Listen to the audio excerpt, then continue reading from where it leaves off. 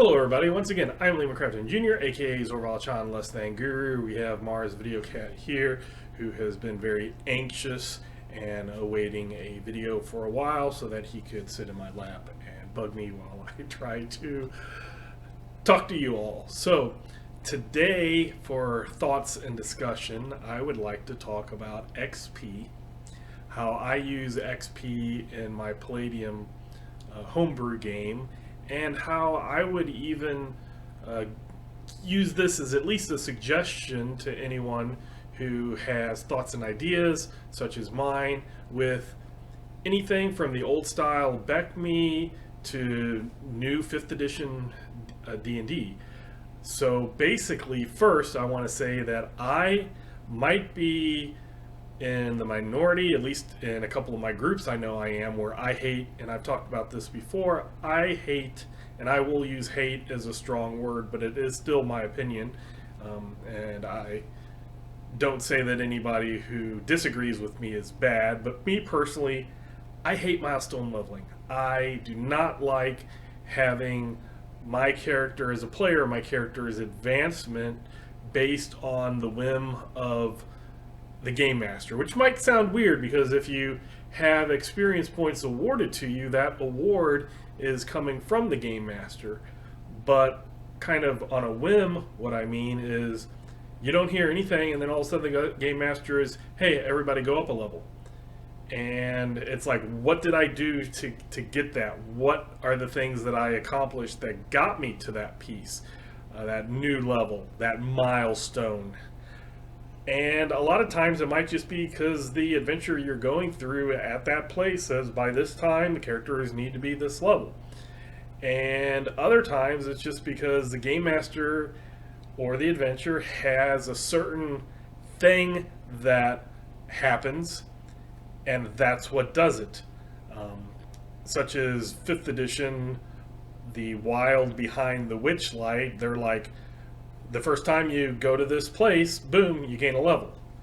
And I don't like that because it doesn't matter how much or how little you do before that, that's what the trigger is. And if you as a player doesn't know what the trigger is, and I don't think that the players necessarily should know, but it to me at least provides a weird situation where if the players know, then that's all the players are going to do. As I've stated before in my gold versus XP, my gold as XP or this as XP, I feel that the players, if certain things like killing a monster gets XP, getting gold gets XP, etc., that's what the players are going to focus on. And if the players know what that milestone is that is going to get them the level, then that is what they're going to focus on. Anything else will be cut as short as possible, eliminated until they can do that to get that level. Having said that, if the game master keeps that a secret, which I would actually say would be better, then it's just up to the game master. And I have been in games where the game master has forgotten to level us up. As the game master has said, hey, everybody's this level, right? And we're like, like 9th level, right? And we're like, no, we're 7th level. Oh, okay. And that was a long time that we should have leveled up. The other thing that I really like about XP, and XP can be in Tor, can be in Palladium, can be in any D&D version, Earth Dawn Legend points, any type of thing that I like as a player. I like seeing my progression. I like seeing that my character is progressing, what I'm getting, and from that I can kind of gauge on maybe what I should be doing and what I shouldn't be doing. And as a game master, like I said, for D&D type games and games based off of D&D, I would recommend actually the Palladium Experience Chart. And it does, like I've said many times, it depends on the game system, the group, and play style and things like this, and this would be more towards the group and play style, not necessarily the game if it's a D&D or D&D offshoot type game, and I'll kind of explain that a little bit. But basically you take away the aspect that a lot of D&D games remember 4th edition have it. I'm pretty sure 5th edition has it. And a lot of people, even talking about BX and stuff, are saying, how many sessions does it take you to get up a level? You know, does it take 5 sessions, 4 sessions, 10 sessions? How many sessions on average does it go up? And even with the old school D&D, you would have monsters that were, or gold that the monsters had, whatever that XP thing, and you would gain small amounts at low levels and larger amounts as you increased in levels. So you could have a rough way of saying every 5 levels, or every 5 sessions, every 10 sessions, etc., and I'm going to go up a level. Palladium does it very differently. Palladium has set XP values, and that means that the beginning adventurer is going to get from 1st level to 2nd level pretty quickly, and then from 2nd to 3rd will be about the same time.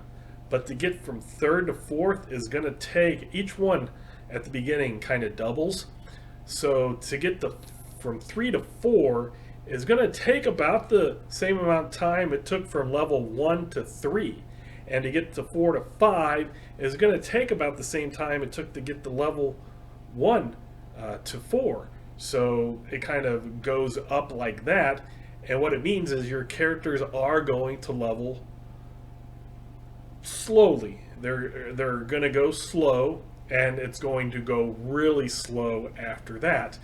And that's why when you hear about a lot of Palladium games that aren't changing the way experience points are rewarded, you will get people saying, and the writer Kevin Sambito will say, after 7-8 years, you're probably around 7-8 levels. You know, most people don't get above 8th level, 9th level, and things like that.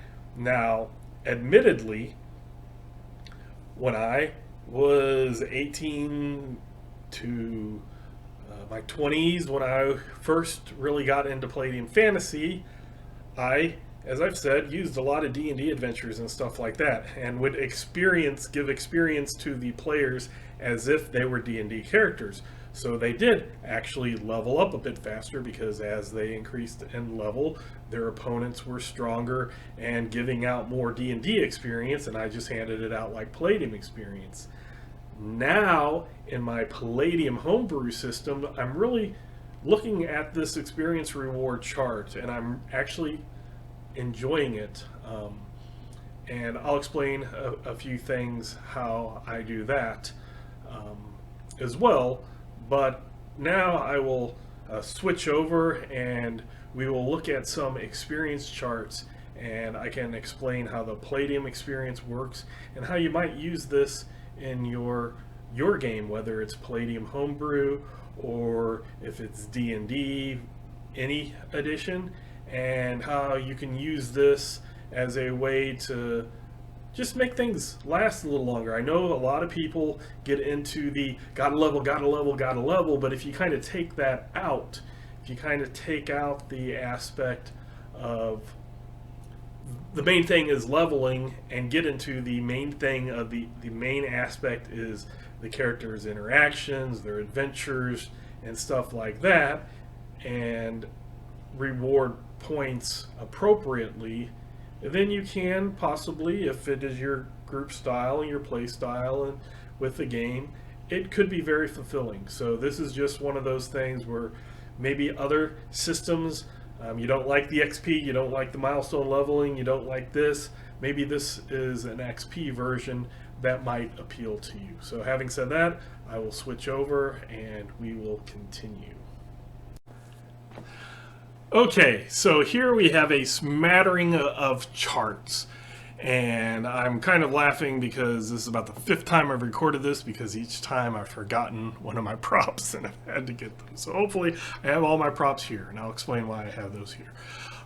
But first, this is a lot of level advancement charts, XP charts, from various D&D and D&D variations. I consider Pathfinder a D&D variation, like I consider Palladium a D&D variation. They're games that are based off of some fundamental aspect of one of the versions of D&D.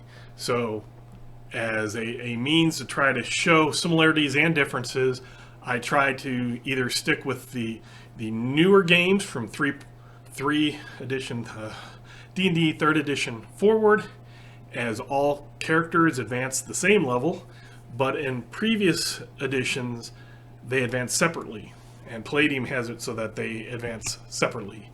And so that's why I kind of chose the Cleric. This here is the Cleric from Becme.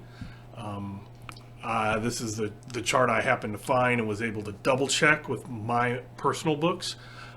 So that is the Cleric XP chart here. And then below that is one here that is for fighters and clerics. That's from second edition, and I did check that, and I'll show you with my props. And then here, basically Palladium first edition, the priest, and is pretty much an equivalent of a cleric in D&D. And then we have Pathfinder is here, which is based off of 3.5. And that's interesting because they have a slow, medium, and fast. Instead of saying give less XP out per game, it's basically you give the same amount out, but you get a total that is different for whether you want fast progression, medium progression, or slow progression. So I actually find this chart kind of interesting. That's not a way that I would have did it, but I completely understand how then you don't have to explain how to change XP. You just explain how XP is given, and then the amount will be different on what type of game you're tracking. So I found that interesting. Here, this is the fourth edition. Is this long one here. Over here is 5th edition, and down here is Palladium. So first, my props, because I spent time to bring them over here, and I'm showing these just to show that I actually own these books, and I was able to double check to make sure the charts and the books matched, and that way it's not just me taking stuff off the internet and not showing that I have some type of actual physical or PDF copy of it. But on these, actually, I have physical. I personally like physical copies. So there's my Becme, my rules cyclopedia, that I was able to find this and make sure that these XP values were correct. If we go over, then we have the Pathfinder, and this is my Pathfinder book, which I've shown before. So you got those two. If we continue over, this is 4th edition, so my 4th edition D&D book is right there with that level progression. The next one over is 5th edition, so there's my 5th edition book. And then if we move down, this chart is not the chart specifically from 2nd edition, but I did check all of the advancement, and there's my D&D 2nd. And then this is the Palladium, and of course my Palladium first edition XP chart. So all the XP charts from all the different books. And if we look at them, we'll find some interesting things. So if you look up here, the clerics in here. So this is Becme, and this is 2nd edition. And if you look, the cleric actually starts off pretty similar. To get the 2nd level, you need 1,500. Here, 1,500. It doubles to 3,000, 3,000. Doubles 6,000, 6,000.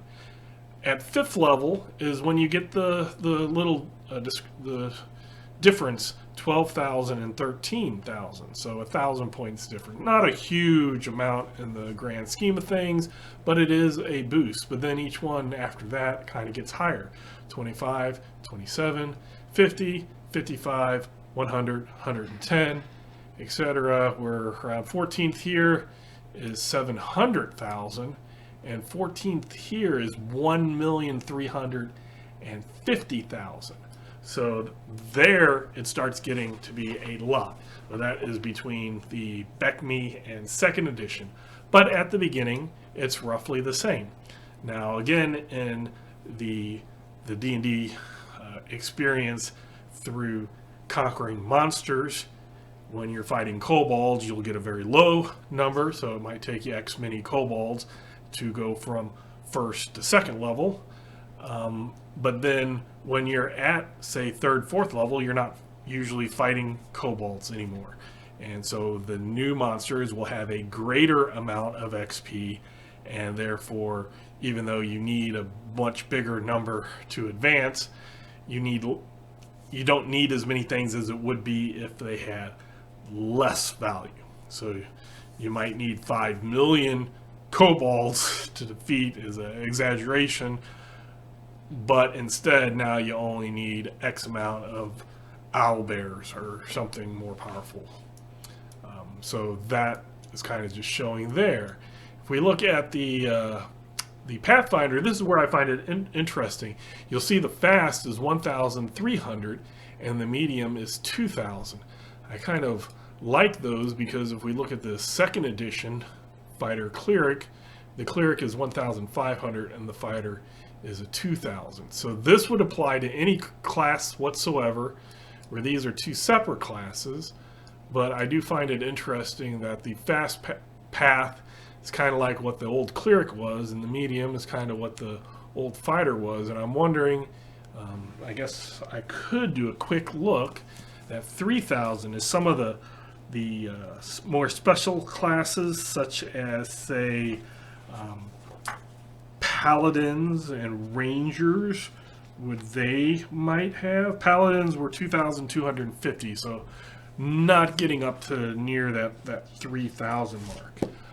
But still, it's interesting that the numbers, and if you look at the high numbers around 20, that's 2 million, and the high number around here is or 2,400,000, 2,700,000. So those actually are not too far off if you look at the beginning numbers and down here. And then this being the 3,600 is actually 600,000 more than the fighter at 20th here. But I would still say that that is somewhat comparable. So an XP system, if you like an XP system for one of them, it should be able to be applied to the other one. Now we go to 4th edition. It is still a little less. It's about half of what medium for Pathfinder was, but if we look at here, it's about 2/3, so a third less than what was needed for the Beckme and the for the cleric, at least the Beckme and the 2nd edition, and it's half of what the fighter was. So then, you know, here we go. Let's see, 20 was the old. 4th edition did have 3 tiers of 10, so they have 30 levels, but if we look at 20th, it's only 1,004, so that is very different than here. But it's still a lot. And then this actually I didn't really notice until before. I find very interesting because from 4th to 5th edition there's this huge difference. To get to level 2 you only need 300. That's less than a third of 4th edition and way under any of the other editions. But by the time you get to 20 you need 355,000, which is about half of the older editions. At least the Beckme, if we looked at 3,500, that would be between 9 and 10 and there, but it's a lot more than 20th level for 4th edition, which is 1,400. So here 4th edition starts off a lot more, and then it costs a lot more. So starts off, sorry, a lot less. It starts off a lot more and ends up at 20 at a lot less. The 3,550 would put you between 24th and 25th level. With the max though being a lot, the 1 million, and you didn't really do much with the 1 million stuff except here in 2nd edition, and I guess in the Pathfinder here you got some millions going around. But as you see, depending on the system, there's a lot of things that could vary.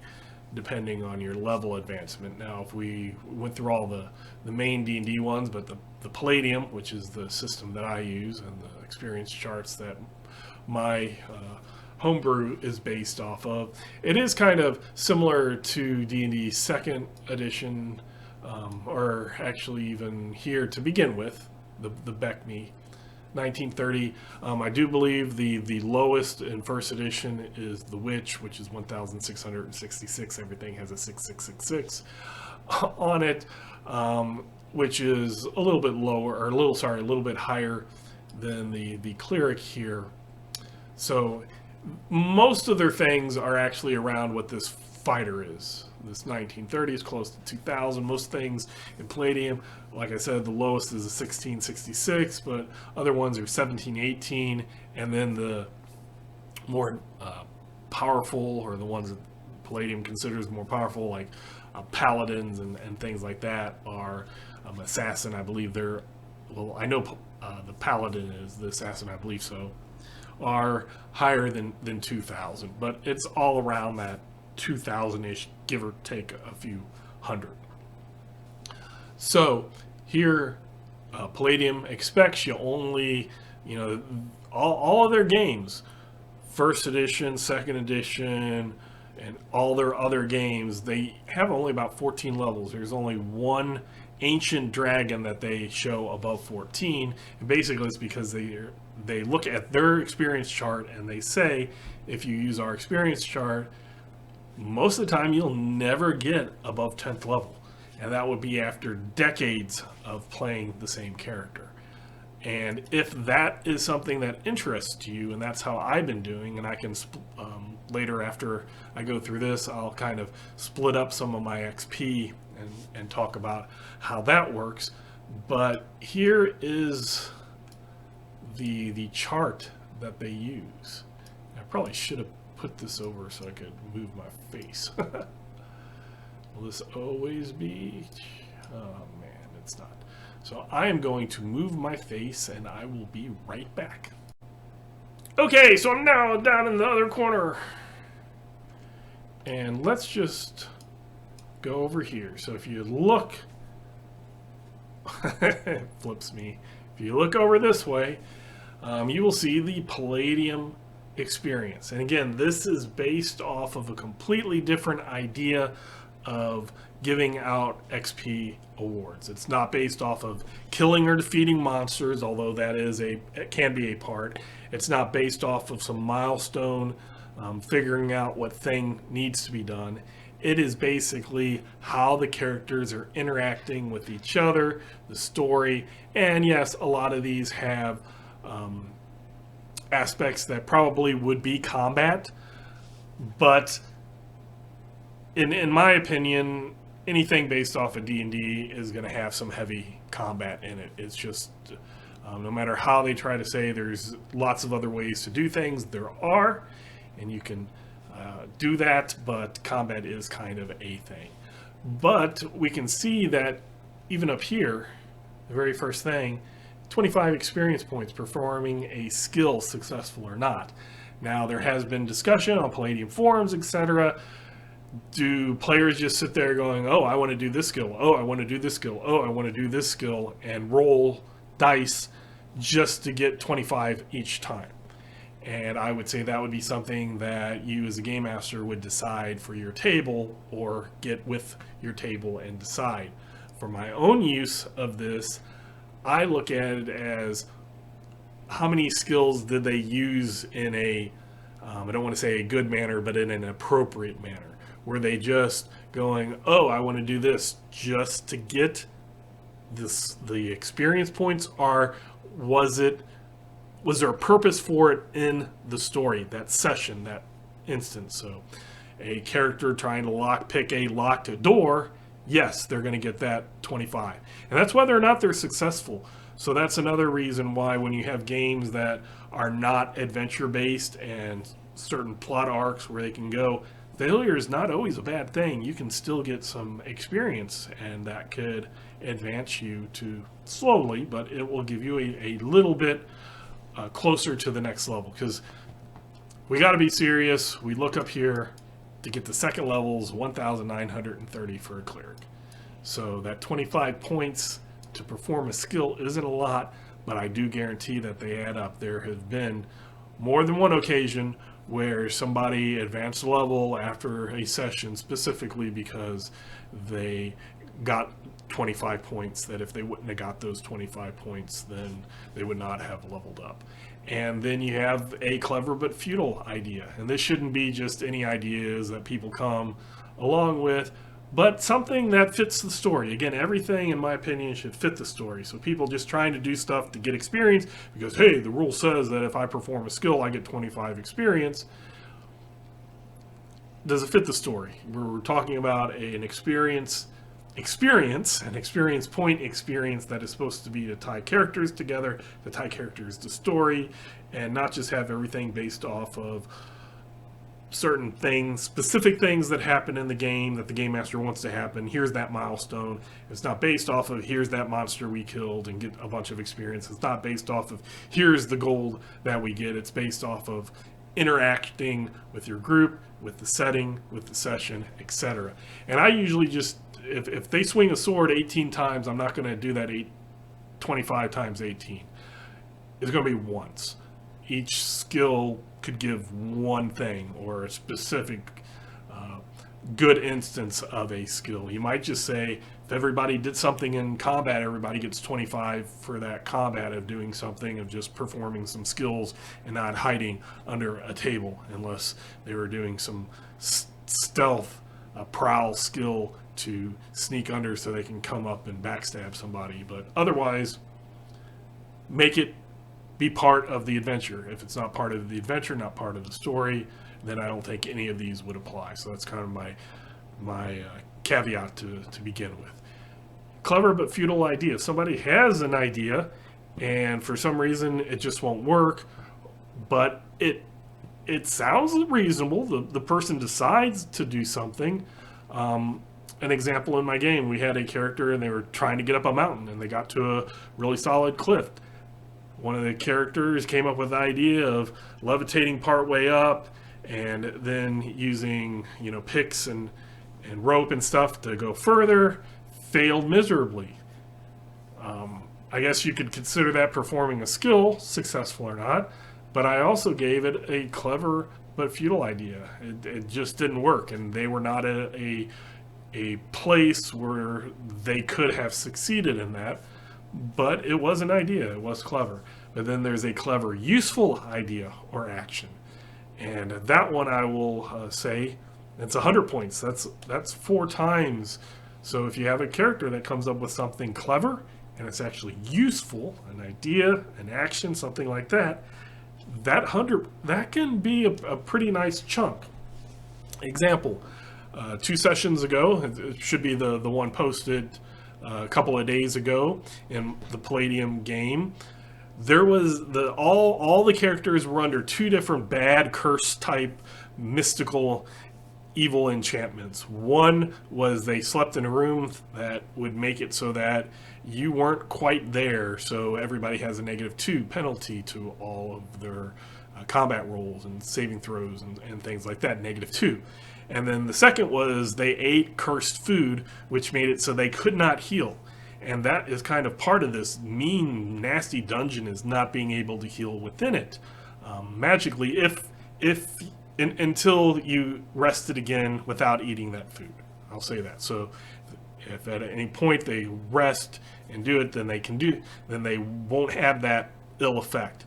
One of the characters had looked in the book, saw some rules for herbology and herbalism, which I put in there, but I put it in there, and had bought some natural herbalistic remedies and stuff, and spent a while to get a pot to boil water, make some tea, took time out of the adventure, and the character got really into it.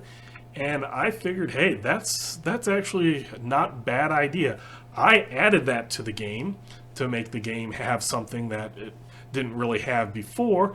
The player is using it, and even though the adventure doesn't specifically say this can be overcome by this other thing, I thought that it was a clever idea. I gave everybody a poison save, basically, to allow them to heal. So that character got 100 points right there for that clever useful. Something more quick, like I said, that was kind of drawn out. They could get 100 points if it's, something, boom, we need something really fast, and do it. And as you see, then it just kind of goes up. A critical plan or action that saves the character's lives and maybe a few comrades. This could be anything from, it could be something fast, like close the door and bar it while we take care of these monsters, while these monsters over here are coming in, instead of just letting them pile into the room as well. So something that is, boom, we would have been overran, but this is what did it, and it saved the character's life, a few others, 200. As you see, that saving a life, a plan that saves a life, is double the other types of good plans.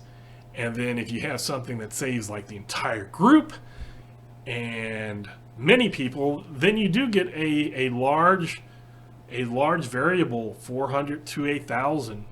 Is it a town?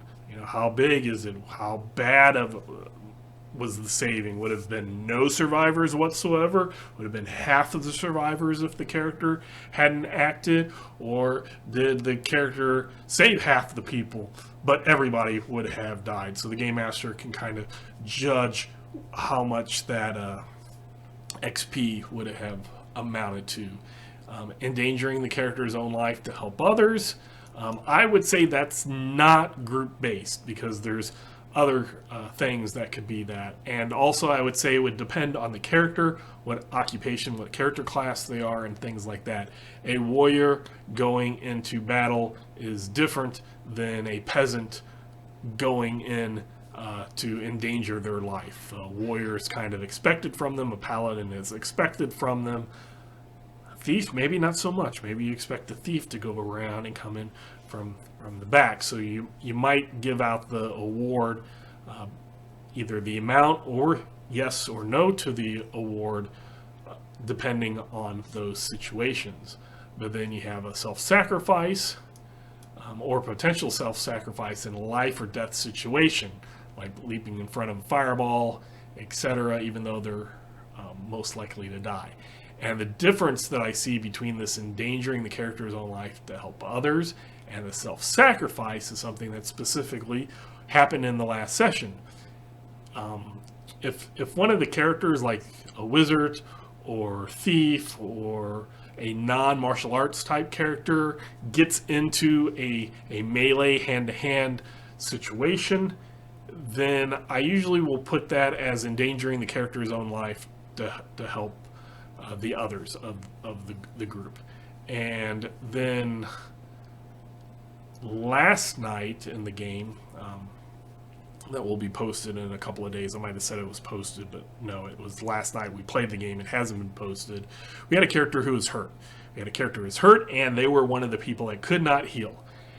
And the character, knowing that, put his character, in the line of fire, specifically to keep one of the characters in the game safe. And that's where I saw the self-sacrifice in a life or death. That character was not full. It wasn't the paladin full hit points, SDC shock points, whatever you want to call it in the game going forward. It was the hurt guy making a decision that that person's life in this situation was more important than his own life. So that's where a nice self-sacrifice. And if you look, 500 to 700, that's a lot of these other things. So that's something that I'll be talking about after we go from here.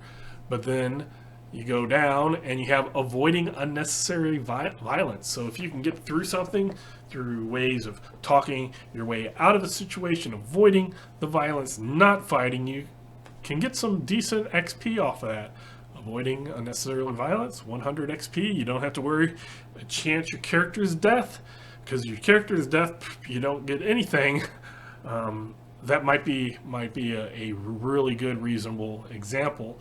And then just some deductive reasoning or insight, 100 to 200. You notice something, the game master gives a clue, and you figure it out. One of those where character can solve the problem instead of the player. Or sorry, the player solving the problem through their own mental thinking rather than just making a roll versus a character. That's where I would give some deductive reasoning, insight, things like that. Good judgment. You made a good call. 50 XP, playing in character. If you just show up to the game, you play your character alignment somewhat appropriately, you don't suddenly change your character's personality unless something happens, and then you do it right, but you play your character in character, 50 XP. Daring, clever or not. Do a stupid charge, do a Leroy Jenkins, and you get 50 to 100, stuff like that. And then the part of the actual killing or subduing, meaning you don't have to actually kill them, you could defeat them, minor, major, and great. And you'll see 25 to 50. That's like coming up with an idea or two. That is just performing a skill or two. So the killing of the thing is really less. Look at this. Avoiding unnecessary violence, 100. Killing or subduing a minor menace, 25 to 50. 2 to 4 times as much XP you'll get from avoiding a situation. Maybe you can get people to leave, and that's where a few times the characters have been like, hey, we just beat your boss. If you just leave, we won't kill you. You change your way, set yourself on the good path.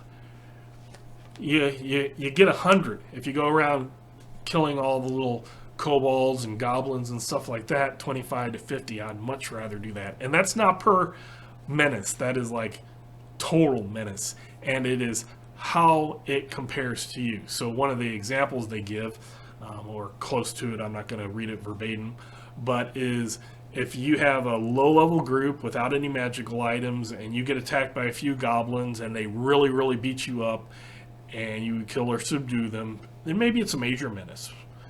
If you're 4th level and you're decked out with tons of magical items, and it's no challenge whatsoever, then it's give them that 25 for that minor. They could have just came in looking all powerful and maybe persuaded those goblins to leave or fix the situation without violence. And then the killing or subduing a great menace would be something quite more powerful than you. You were able to beat it, subdue it, things like that. 150 to 300. So if you look at all this killing stuff, or subduing, the defeating, 25 to 300, you get a lot more when you do stuff like endangering the character's own life to help others. And that doesn't necessarily mean combat. That could be like there's something important in the bottom of a well that has alligators and you're dangling on, you volunteer to go down there and get that item, or whatever other thing that you can think up without a combat situation. Even those are alligators, you go down there to do that without the ability, say, to fight, or you're just endangering your life to help others. You go to the village is having a menace, you beat that menace, you come back, while you're beating that menace, you might get one of these, 25 to 50, 75 to 100, 150 to 300, but then you endangered your life, so you could get 100 to 300. You could get at least an equal amount for doing that, for helping. And then again, the self-sacrifices is really high up in there. A critical plan that saves a bunch of people are high up there. That's where that experience comes from. So I wanted to show this chart, and if you look, the 25 to 300, that 300, the only one of these systems that's going to get you an instant level is that first level of D&D 5th edition. And that would be fighting something pretty substantial. So if you just say in your first adventure, D&D 5th edition, performed skill, came up with an idea, something like that, maybe you avoided some violence, or you killed an appropriate foe, which could be I wouldn't consider an appropriate meaning around your level and ability as a great menace. It would be either minor or major, maybe a higher minor or a lower major, depending on how tough of a fight they put on. But that might get you to that 300, might not. You might take a couple of adventures. And that's kind of how, in my own experience playing D&D, that has happened. We've had like two, three sessions. Halfway through the third one, we went up to the next level. That was higher, but that kind of thing can happen. So in the other systems, it takes a little while to go up. But if that's something that you like, and you can, your players in that are expecting, make sure that they understand this is going to be a slow burn. It's not going to be level.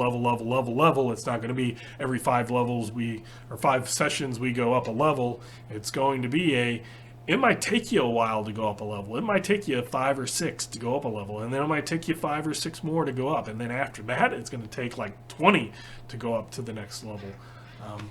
If you're fine with that, your players are fine with that, this level chart might be an interesting chart to use for your D&D and D&D offshoot games. So I'm going to flip back over to me being full screen and hopefully sum up a few points that I have. Okay, so what is all of this about? Basically, there's lots of different ways that players, game masters can go through character advancement. Many games have a D&D-ish type of level system where you get experience points and you go up levels, whether that is an actual D&D game, one of all of them, any edition. If it's a Pathfinder, Pathfinder 2nd edition, any of the Palladium games, such things like that. Some people like milestone leveling. I don't, but a lot of people do. That's fine. Some people like the XP, gold as XP. That fits their need. That's fine for them. Some like the defeating monsters. That monster has that much XP. That's how much I get it. I used that for a long time. That works.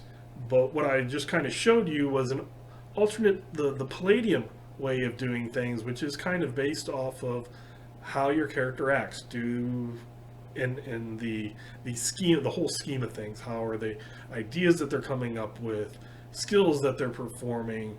Are they talking with and negotiating rather than just outright let's start a fight? Are they accepting dangerous missions and going on dangerous missions to help somebody?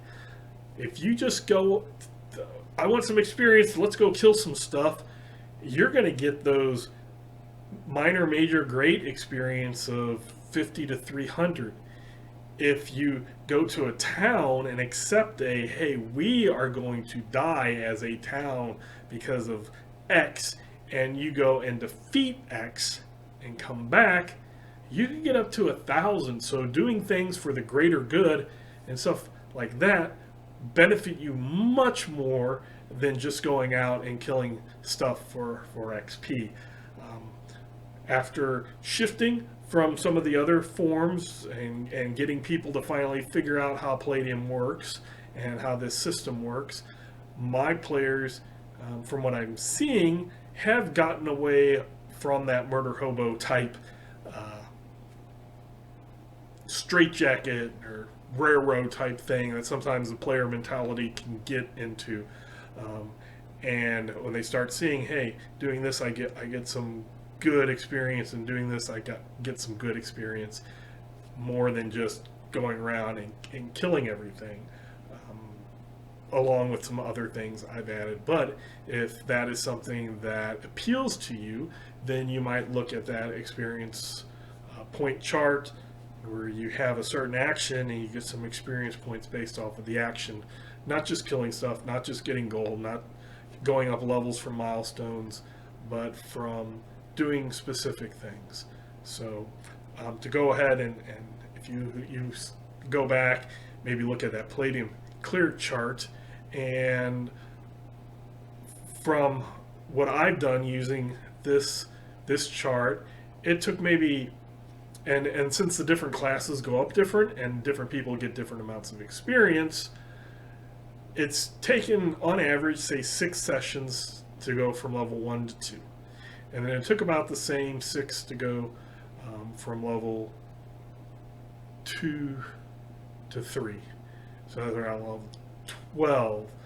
They did have some really good things in there. So right around 16 to 20, we just finished session 17, but I'm expecting everybody who's hasn't died yet to get the 4th level by around 20. 16 was the earliest. We just had 17. So different people go up, but it goes like that. After that, it's going to take probably almost the same amount of time to go up. So 4th level, getting to 4th level is kind of one of those 5th levels of D&D. But if you play one of the other games and you use this chart, you can always take that experience points chart. If you like that idea of it taking longer, but not that long, you could do something like the Pathfinder did, that have the fast, medium, and slow progression. You could do something where you could adjust the experience points that you get, whether you're timesing them by 2 or putting an extra 0 at the end. You can, as a game master, kind of figure out that. But the chart, I think, is really good if you're looking for something that incorporates lots of different stuff and not just 1 or 2 things that give you XP, and actually giving XP and not doing the milestone of, hey, everybody go up a level because I feel that you deserve to go up a level. Like I said, as a player, I really like keeping track of my XP. I like seeing how much I'm getting each session, what got me a low one, what got me a higher one, to kind of gauge what I did, as well as we've been getting about this much per level, so I can look forward to getting up the next level at this one. So I'm not going to just completely think, we should have already went up a level. We should have went up. Why haven't we got up a level? What are we not doing correctly? We will get to that level when we get to that level. So for this, I plan to have another video talking about XP and death. I want to post the video from our live playthrough that happened yesterday first before I do that, and I think it'll be maybe a little more appropriate to have a kind of between sessions. But this, I think the level progression can apply to many different games, not just the Palladium game, but other D&D games if you're looking for something that's not the normal thing. And I know a lot of people either have bad ideas about Palladium because of Rifts, but their chart system so far for me and the way I'm doing my current group is working quite well. Maybe it's something that you want to take a look at as well. So once again, I'm Liam McCrafton Jr., aka Zorval John Less Than Guru. We have Mars Video Cat still over here, although he's calmed down a little bit. And until next time, I will catch you later.